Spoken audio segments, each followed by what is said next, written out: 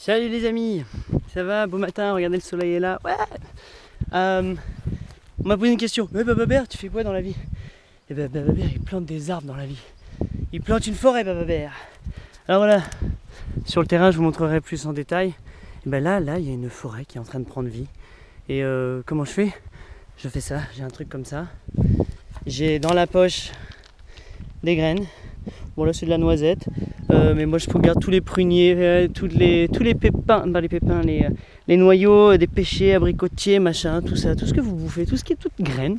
Tu vas dans l'endroit où tu veux, tu fais la même chose, clac, clac, clac, tu creuses, t'as vu avec une main en plus. Hein. Ah merde, tu vois, j'avais déjà mis un osier là. Ah pardon monsieur l'osier. Donc j'ai déjà fait des barrières d'osier partout qui poussent. Là, hop, avec une main, on met la noisette. Tu creuses et en fait c'est ce que l'écureuil fait tout seul dans la nature. L'écureuil il prend des... Enfin l'écureuil, les rongeurs, tout ça, ils prennent des noisettes comme ça, ils croquent, ils les mangent, puis après ils se font un garde-manger comme nous on remplit notre frigo. Et ils les enterrent comme ça. Mais comme nous aussi, on a l'impression qu'il y a plein de gâchis parce qu'ils mangent pas tout. Et ben en fait c'est pas du gâchis parce que qu'est-ce qui se passe? Un arbre ça, waouh. Donc voilà comment les arbres se plantent. Et donc là tous les bambous que vous voyez un petit peu partout, et ben il y en a là, et ben c'est des figues, des boutures de figues, tout ce que je peux au maximum, tout au fond, ça va être beaucoup de chênes, châtaigniers, marrons, enfin tous les gros fruits à coque comme ça, et qui va monter plus ou moins vers une forêt beaucoup plus fruitière, jusqu'ici, et puis après l'habitat, le jardin, les mares, enfin bref, tout le lieu, couplé du centre Korakor qui est là, boum.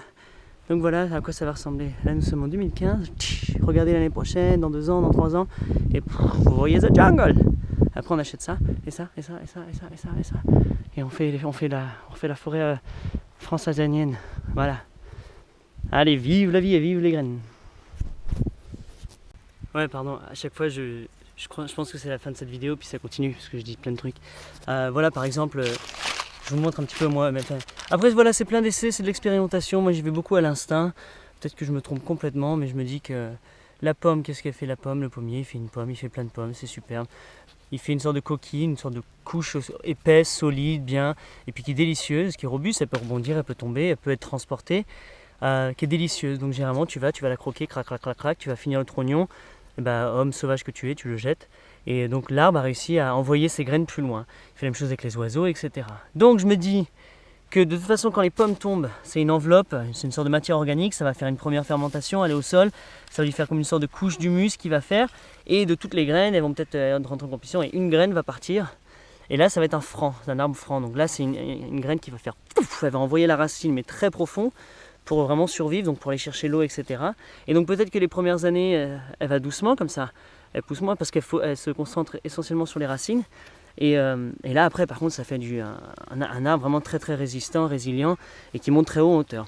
Donc j'essaie de reproduire moi ce que la nature fait, je pose des pommes et pour vraiment augmenter les chances, et je fais un petit trou là comme ça là à peine on fait comme si vraiment elle était tombée dans une terre remuée par un cochon sauvage. Voilà, il y a puits, il y a des graines. Voilà. Alors c'est... Hop, puis le cochon il fait... Voilà, il gratte, voilà. Bon, je vais pas chier dessus parce que quand même vous regardez, mais... Bref. Et voilà, et en fait donc les pommes que je prends sont des pommes semi-sauvages qui sont très bonnes déjà, que je trouve dans les forêts à côté, dans les champs, les vieilles haies. Donc ce sont des fruits que j'aime beaucoup. Je prends pas celles du magasin, même si je suis sûr que ça peut marcher. Mais c'est celle-là que je prends. Voilà, et sinon avec tous les autres trucs. Voilà, bon ça continue en fait, j'étais troublé parce qu'il y avait le voisin qui venait avec son tracteur et qui mettait des petits produits, donc j'étais me cacher dans mon bunker. Voilà, donc les pommes vous pouvez mettre, toutes les mirabelles, les prunes sauvages que je trouve, etc. qui sont très bonnes, hein.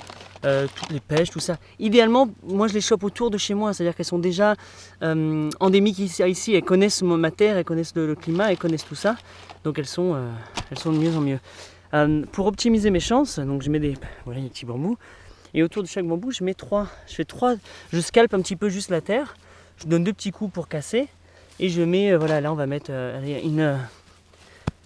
un truc, tu vois, je m'en fous en fait ce que c'est, moi je veux de l'abondance, donc ça me dérange pas, c'est des bonnes variétés, sinon je les aurais pas choisies en graines, Et je les laisse, je leur donne la chance toutes les 3 de prendre. C'est-à-dire que s'il y en a 2 qui loupent, j'ai une chance déjà. Donc j'optimise mes chances qu'au moins un arbre sort. Maintenant, les autres, c'est du surplus pour moi. C'est un surplus que je peux utiliser pour aller refiler chez des copains, pour replanter autour. Moi, j'ai plein de projets partout. Je suis en train de refaire une école pour la mairie. Je plante beaucoup d'arbres fruitiers autour des lacs, etc. Donc j'essaie vraiment de créer une abondance nourricière. Et tout ça, pour pas que ça coûte, je le produis moi-même. Donc c'est ma nurserie en même temps. Toujours plusieurs fonctions. Et je passe la même énergie pour un résultat qui peut justement être grandissant et exponentiel. Donc voilà, les arbres, allez les gars, vous poussez fort, beau, et puis vous nourrissez l'avenir, parce que tout est avenir.